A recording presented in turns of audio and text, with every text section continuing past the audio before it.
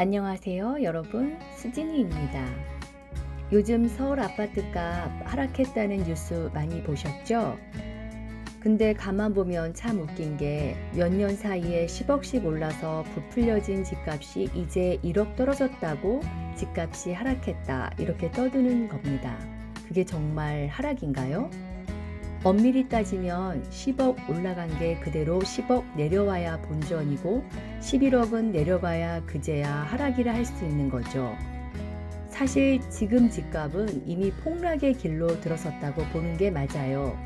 언론에서는 하락세니 뭐니 조심스럽게 얘기하지만 진짜 상황은 훨씬 심각합니다.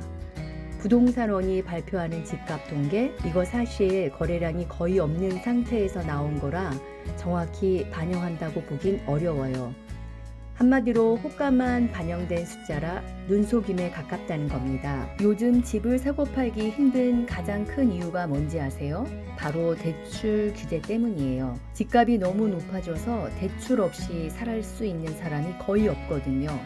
문제는 이게 가게뿐만 아니라 정부나 기업도 똑같다는 거예요. 다들 빚더미 위에 올라앉아 있는데 더 이상 부채를 늘릴 수 없으니까 움직일 수가 없는 거죠. 사실 그동안 집값이 올라간 것도 이런 대출로 돌려막기 하면서 만든 허상 같은 거였잖아요. 근데 이제는 대출을 막아놓으니 상황이 바뀌고 있는 거죠. 돈을 빌려줄 테니 집값이 오를 거라고 믿으세요.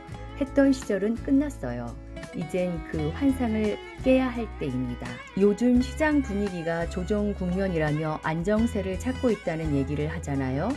근데 그게 조정이 아니라 본격적인 하락의 시작일 가능성이 높아요. 매물은 쌓이고 있는데 살 사람은 없고 다들 눈치만 보고 있으니 거래량은 바닥입니다. 이런 상태에서 집값이 다시 오른다? 글쎄요, 희망사항에 가깝죠. 게다가 집값이 더 떨어질 수밖에 없는 이유는 우리나라 경제 상황도 한몫하고 있어요.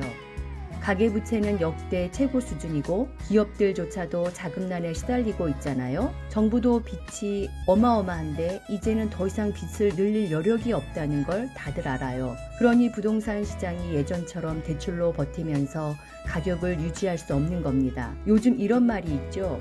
환불을 도려내야 산다. 부동산 시장도 지금 그런 상태예요. 그동안 너무 무리하게 키워놓은 집값이라는 환불을 이제는 제대로 정리해야 할 때입니다. 아프더라도 지금 이 과정을 겪지 않으면 더 큰 문제가 터질 수밖에 없어요. 결국 중요한 건 현실을 직시하는 겁니다. 집값은 이제 과거처럼 오르기만 하던 시절은 끝났고 이제는 본래 자리로 돌아가야 해요.